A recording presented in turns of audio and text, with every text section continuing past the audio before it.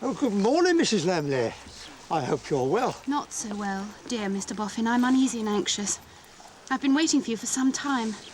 May I speak with you? Of course. Join me in my home where I can offer you refreshments. I'd rather not, Mr Boffin. The matter I have to speak to you of is, it's very delicate.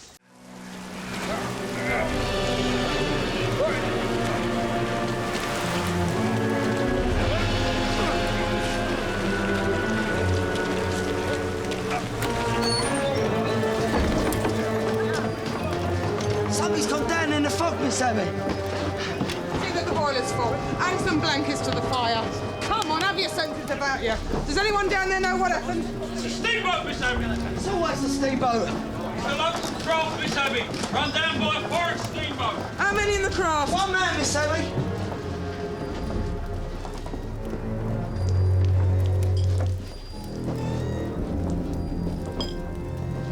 Good God, it's Road Riderhood. Oh, God, Father. Poor Father.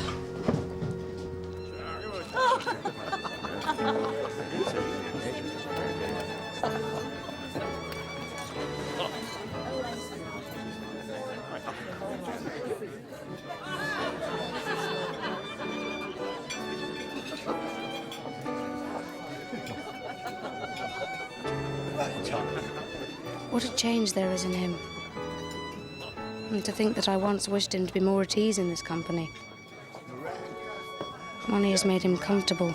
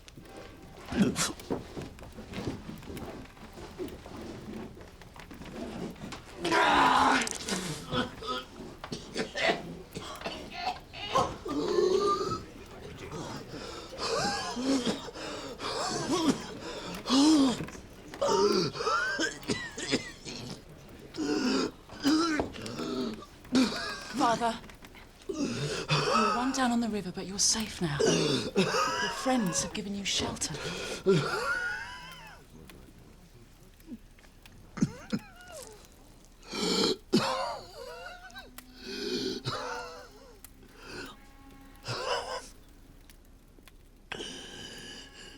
Steamboat, was it?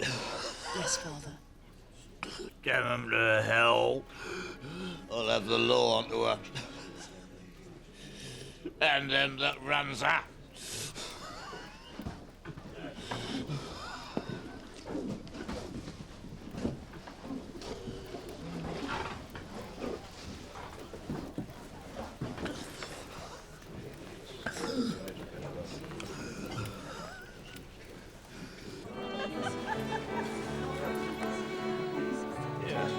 You seem a little pensive tonight, my dear. My dear, I believe... No, I will not. If you believe me to be in love, I can assure you are mistaken. No, indeed. It cannot be so very easy to find a man worthy of your attractions. In terms of establishments, there are others who are even less worthy than Mr. Lightwood. No, my dear, I cannot believe you. What would you say to our secretary? My dear, the hermit secretary who creeps up and down the back stairs. The man must be mad. He appeared to be in his full senses. I told him my opinion of his declaration and dismissed it. Of course, it was very inconvenient and disagreeable. It has remained a secret, however. And I hope I can count on you never mentioning the matter. You may count on me absolutely.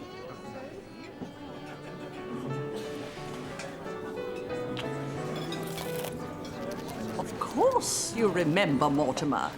It was in this very room that you told us the romantic story of John Harmon. And over there, sitting very comfortably, are your golden dust men. And what is that the golden dust men have told me? There is another disappearance. Tell it, Mortimer. And they're sure to make you. The reference is to the following. The young woman, Lizzie Hexum, a daughter of the late Jessie, otherwise Gaffer, who you will remember was accused of the murder of John Harmon. Mr Boffin, my client, was of course anxious to be in communication with Lizzie Hexum, as she lives alone and may need assistance. He referred the task to me, and I have tried my hardest to find Miss Hexum. I even have some special means. But I have failed because she has vanished. Vanished? You mean kidnapped? Oh, not murdered. No, he does not mean that. What he means is she has vanished voluntarily, but she has vanished. Completely. Trust you had a satisfactory morning shopping? Ah, more Lives of Misers, I see. That's all right with you, is it? For those that have, this is the required reading. For those with a fortune to protect.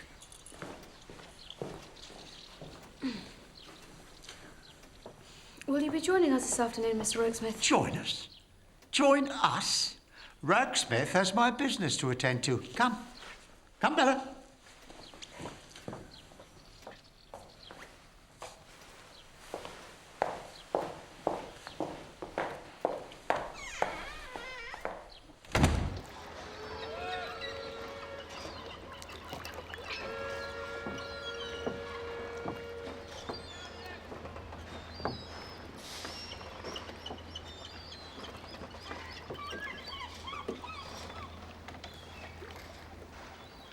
Been walking and lost my way.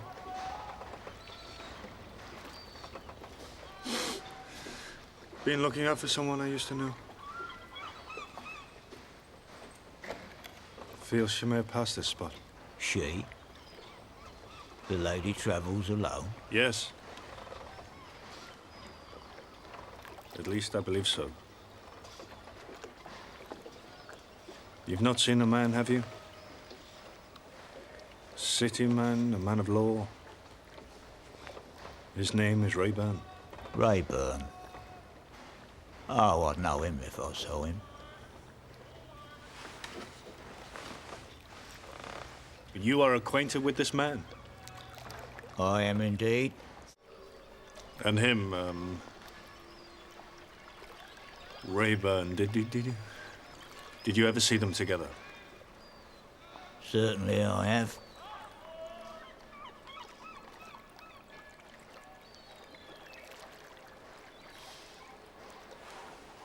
And did he make a show of being kind to her? Oh, yeah, that was very definite.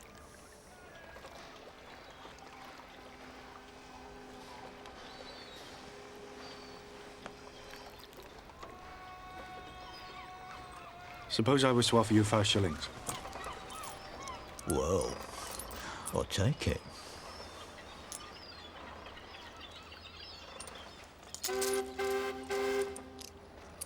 What's this for? I don't know. Look, do you know where she is? No, I don't. Well, if you have any intelligence of her, or of him, would you be willing to part with it? Look, you can trust me. I'm a schoolteacher.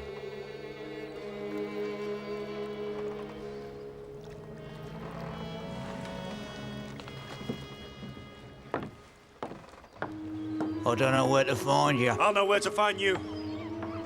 Oh. The 5 shillings, I don't know what I want for it, remember? No, I don't know, if anything.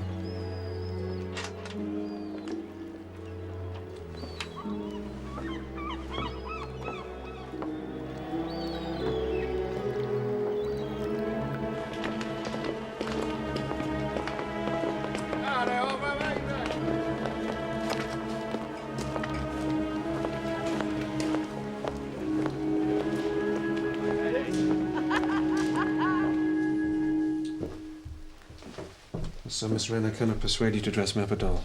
No. If you want one, go and buy one at the shop. I'm a poor little goddaughter in Hertfordshire. Will not profit from my private acquaintance with the superior doll's dressmaker. Here. Little Jenny. Jenny.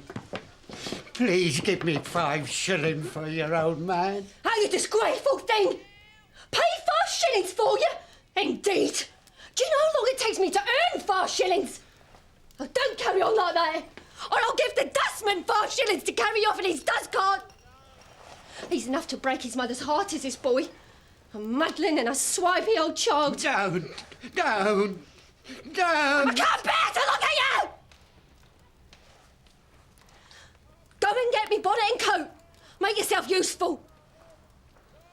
Now, I'm off to the Italian Opera to sketch the ladies, and I'll see you gone, Mr. Rayburn. Let me tell you once and for all, it's no use you pay me all these visits. You won't get what you want from me. So obstinate on the subject of a doll's dress and my goddaughter. You don't want a dress. You want an address. Get back to your corner this minute. I'll see you out, Mr. Rayburn. Oh, please.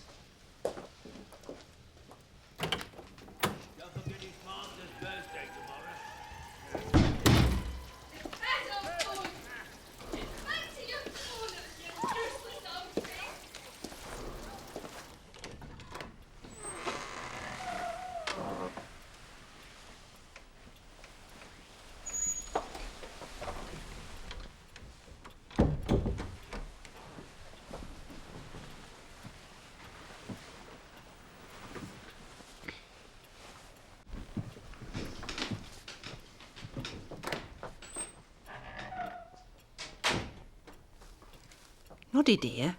Yes, my dear? Excuse me putting it to you, but don't you think you've been a little bit strict with Mr Rokesmith? Don't you think you've been a little bit not quite your old self? Why, old lady, it's the same with Rokesmith as with the footmen. You must either scrunch them or they'll scrunch you. Now, this isn't entertaining Miss Bella now, is it? Now, Bella, for her age, is remarkably well up on what to go in for. You're right, my love. Go in for money. Make a profit. From good looks and from the money, me and Mrs Boffin will have the pleasure of settling on you, for we're very fond of you, my dear. A golden ball of opportunity lies at your feet, Bella, my dear.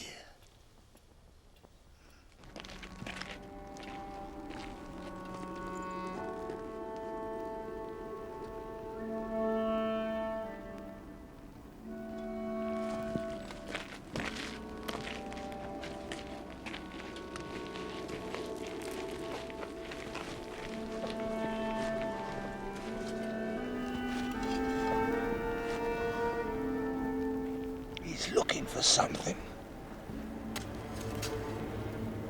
What's he doing? He's got a shovel. He knows how to use it.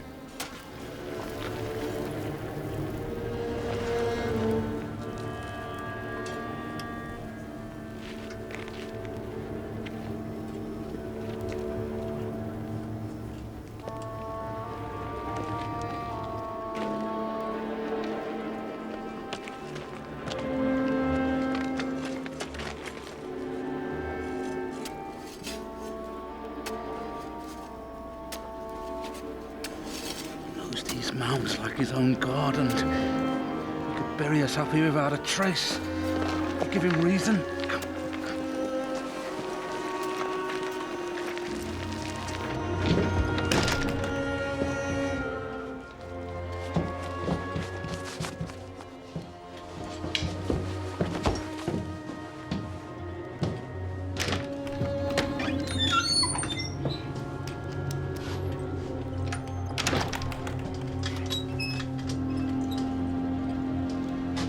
Unaware. Pale as a candle. Physic yourself to be in order for tomorrow's reading of the Misers. Merriweather's Comprehensive Guide to the Misers. There's a lot to be learned. This is a friend, Mr. Venus. Of Clerkenwell. I've heard of you. You knew the old man. Did he tell you of any hoardings of monies or even better?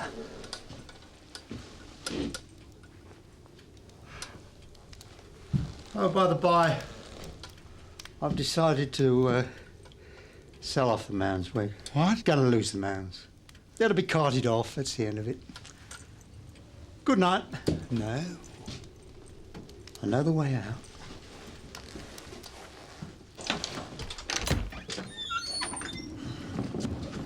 Did you hear him?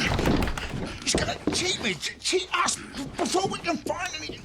Let me get at him. But if you do care for her, you should leave her alone.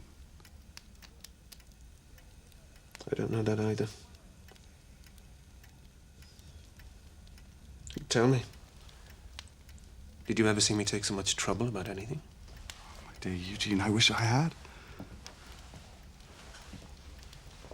If my taking so much trouble to recover her does not mean I care for her, what does it mean? You must consider the consequences. You know I'm incapable of that. I'm on duty tonight.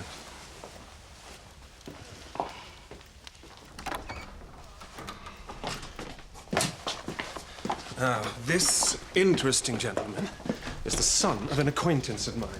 My dear Mortimer, may I present Mr. Dolls? Now, I believe Mr. Dolls endeavours to make a communication to me. But it may be necessary to wind him up before any sense may be got out of him. Brandy, Mr. Dolls? 3 pence of rum.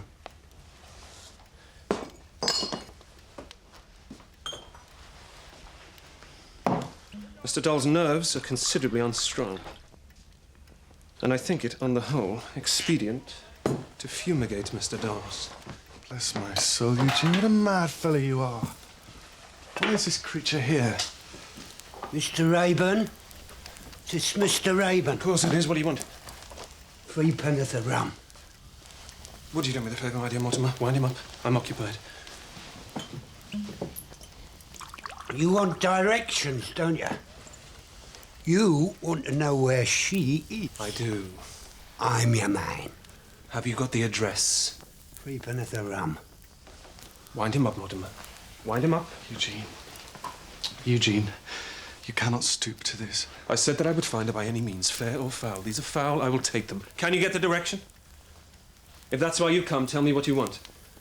10 shillings. 3 pence of rum. You shall have it. 15 shillings. 3 pence of rum. She treats me as a mere child, sir. I'm not. Letters passed betwixt. Postman's letters. Easy to get direction. Get it. Bring it to me. And you shall have all the 3 pellets of rum you can drink. Drink yourself to death for all I care. It seems to me that you have had no money at all since we've been married. What seems to you to be the case may possibly be the case. In any case, we're soon to be bankrupt if we do nothing about the case.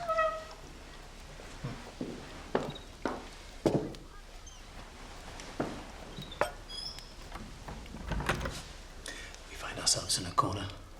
What do we do? There's nothing to sell, Nothing. so we must borrow. Then I suppose it is natural to think, in an emergency, of the richest people we know, and the simplest. The Boffins? They're too well guarded. Supposing if we could be of inestimable service to Mr. Boffin. He has grown very suspicious of late, remember, and simultaneously rid him of his secretary.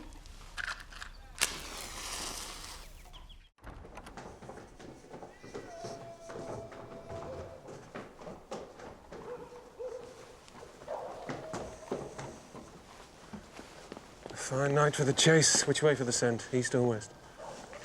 East.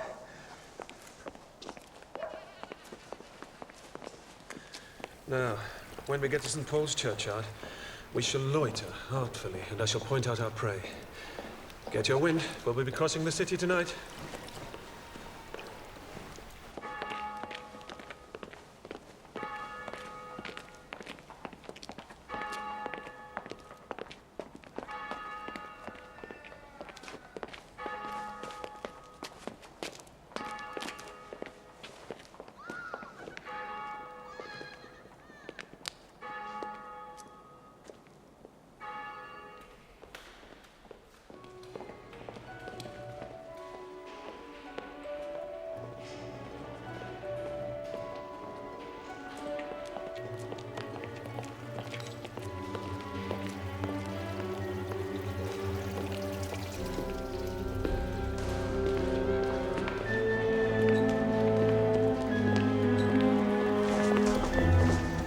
Eugene, how long has this been going on? Oh, ever since a certain person went off.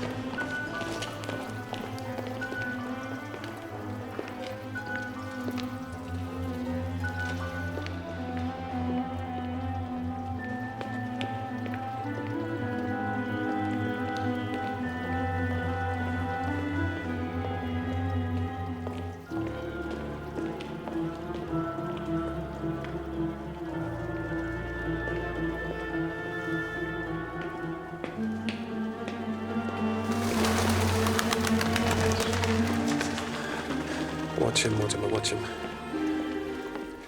See how I reduce him? I knead him. I grind him. I expose him as a figure of fun.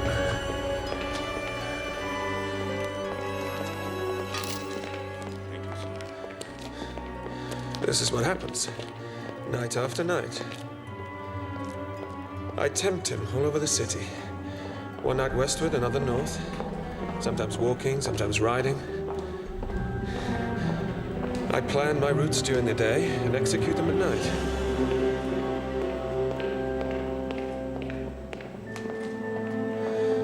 I pass him by and refuse to even acknowledge his existence.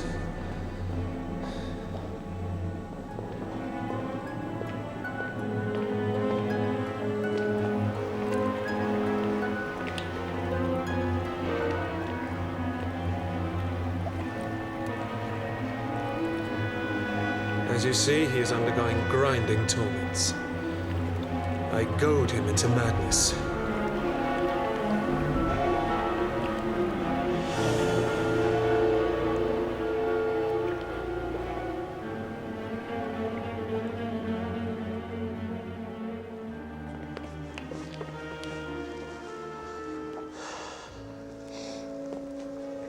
Eugene,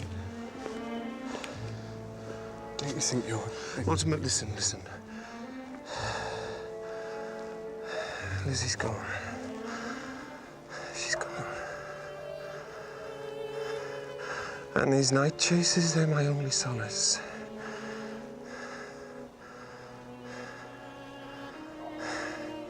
They give me inexpressible pleasure.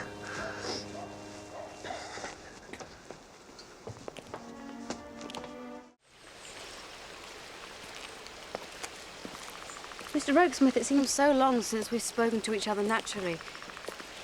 I'm embarrassed to bring up another subject. It's Mr. Boffin.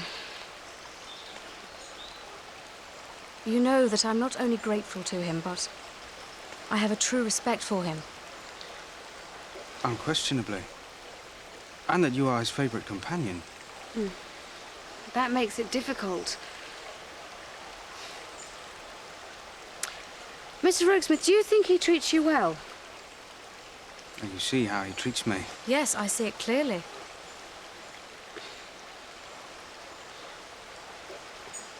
You see, I've been watching Mr. Boffin these past few weeks. You? Watching? Surely not. I have to admit, I've been watching him. And though at my first meeting with Mr. Boffin, I found him gruff and dark and somewhat dirty, I'm ashamed to confess, I've grown to find him kindly and unspoilt by his good fortune. But now... Now?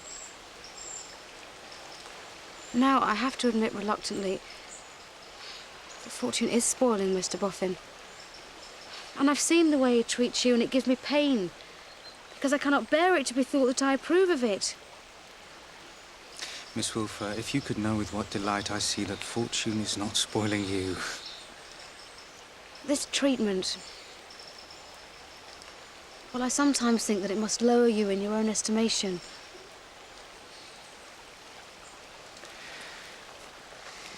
I have very strong reason for bearing with the drawbacks of my current position. Well, I sometimes think you repress yourself. You force yourself to act passively. You're right. I force myself to act a certain part, to appear to be something else to those who might be watching. But I have a settled purpose.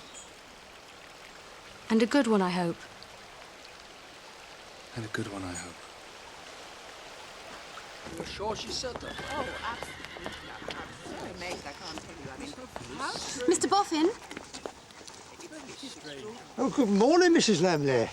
I hope you're well. Not so well, dear Mr Boffin. I'm uneasy and anxious. I've been waiting for you for some time. May I speak with you? Of course. Join me in my home, where I can offer you refreshments. I'd rather not, Mr Boffin. The matter I have to speak to you of is, it's very delicate. You think this strange? Well, no, madam, of course not.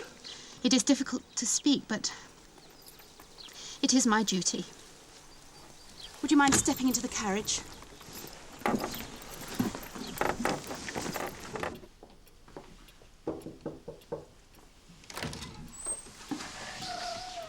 Now, we're all here. Come in, Bella, my dear. Do not be alarmed, Bella, my dear. We are here to see you righted. See me righted, sir? Now, sir, consider this young lady. I do so. How dare you tamper with this young lady? How dare you come out of your station to pester this young lady with your impudent proposals? My interest in Miss Wilfer began the moment I saw her. Even before. This is a longer scheme than I thought. He gets to know about me and my property, and about Bella and the part she played in poor John Harmon's story, and he says to himself, I'll get in with Boffin, and my ship will come well and truly in. But he didn't know who he was dealing with, did he, Bella, my dear? He thought to squeeze money out of us, and he's done for himself instead. I have borne my position here that I might not be separated from Miss Wilfer. And since she rejected me, I have not urged my suit with one syllable or look. But my devotion to her has not changed, except that now it is deeper and better founded. My feeling for Miss Wilfer is not one to be ashamed of. I love her. And when I leave her in this house, I go into a blank life. Let me assist you to that blank life. I dare say you can stoop to pick it up after what you've stooped to here. I have stooped for nothing but this. And it is mine, for I have earned it by the hardest of labours. You're a pretty quick packer, I hope. You shall have no fear of my lingering. One thing before you go. You pretend to have a mighty affection for this young lady, but what is due to this young lady is money, and the young lady knows that very well. Why? For you to say to this young lady that she should consider you, why? I say it's as if, meow, says the cat, quack, says the duck, bow, wow, wow, says the dog. Ah! This young lady only wants money, and that's the end of it. You slander the young lady. You slander her! It's money she makes a bid for! Money, money, money!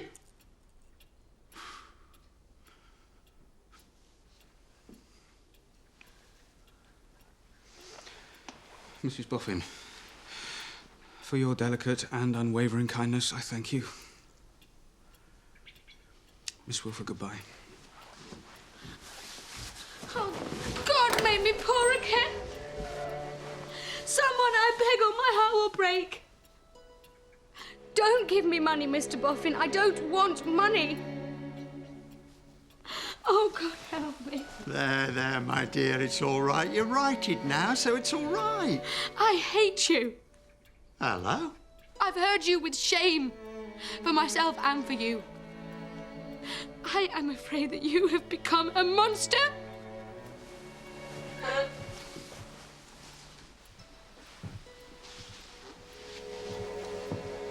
Mr. Rokesmith, I'm deeply sorry for the reproaches you have borne on my account. I earnestly and truly beg your pardon.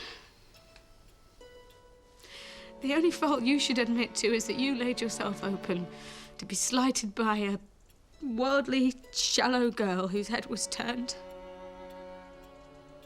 and was quite unable to rise to what you offered.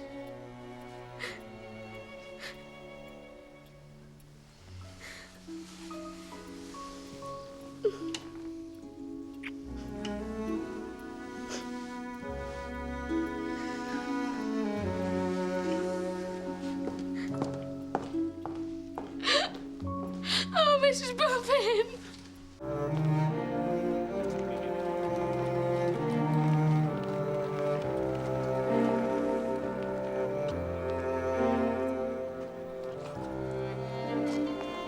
Of course you may have your old room back, my dear.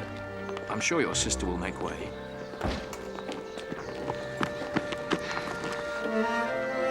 My dear girl.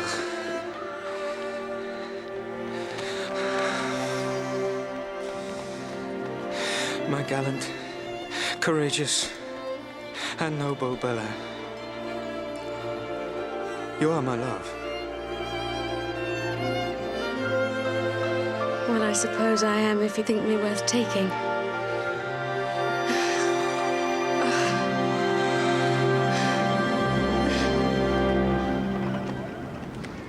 Mr. Raven, sir. 15 shillings.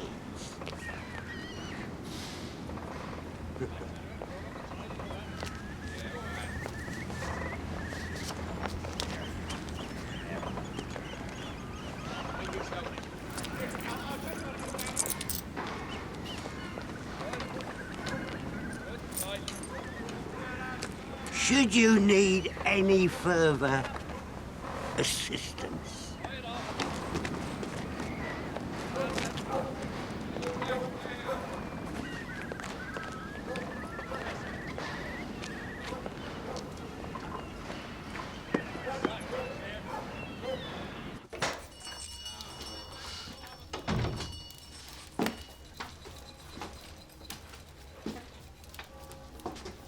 So,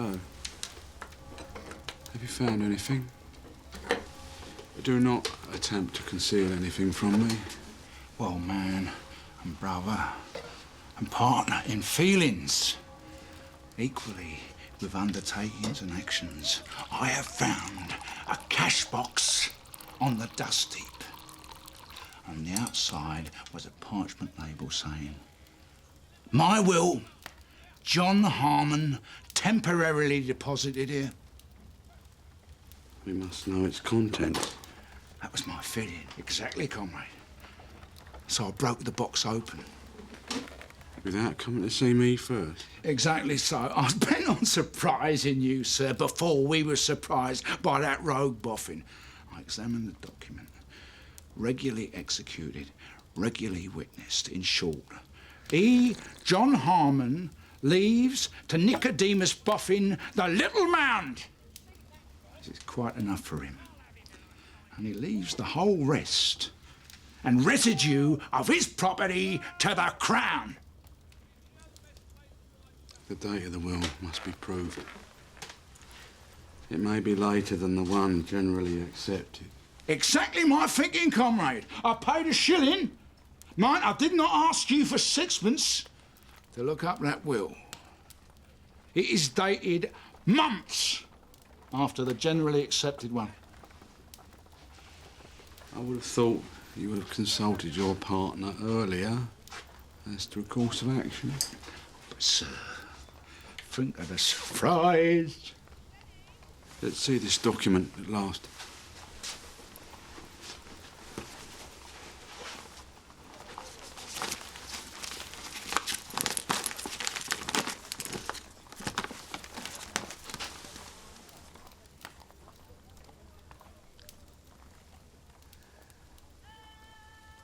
Am I correct in its content, partner? And gives up all according to what's written legally. Him, prove honest, he's grown too fond of money for that.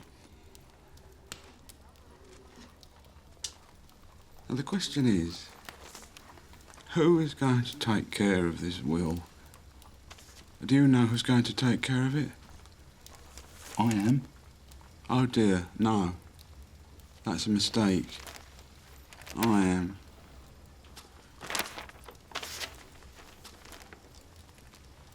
Now, I don't want to have any words with you, and still less do I want to have any anatomical pursuits with you. What do you mean? What I mean is I'm on my own ground, and I'm surrounded by the trophies of my art, and my tools is very handy. I presume, having had the advantage of time, you have formed a view of how we should proceed. Yes, comrade. I propose that we wait while Boffin clears the mounds to see if we can profit equally, and then we can use this to make him pay in money and in humiliation.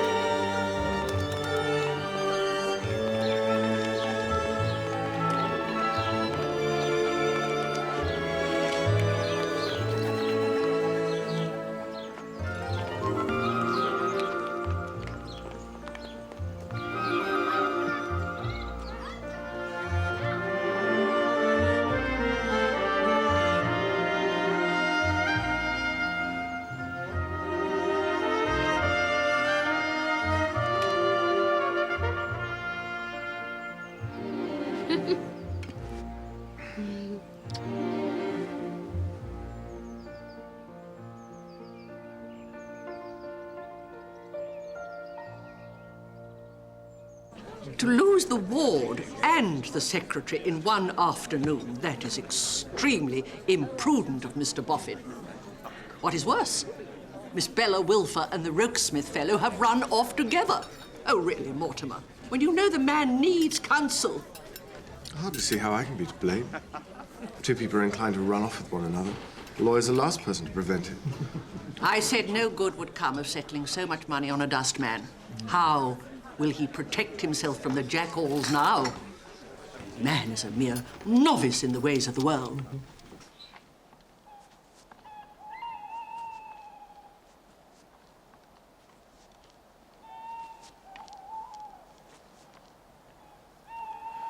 Honest, he's grown too fond of money for that. What wouldn't you give me for my box? Look out for a fall, my lady dustwoman. I'm going to have your Boffin. I'm going to turn him upside down and grind him down.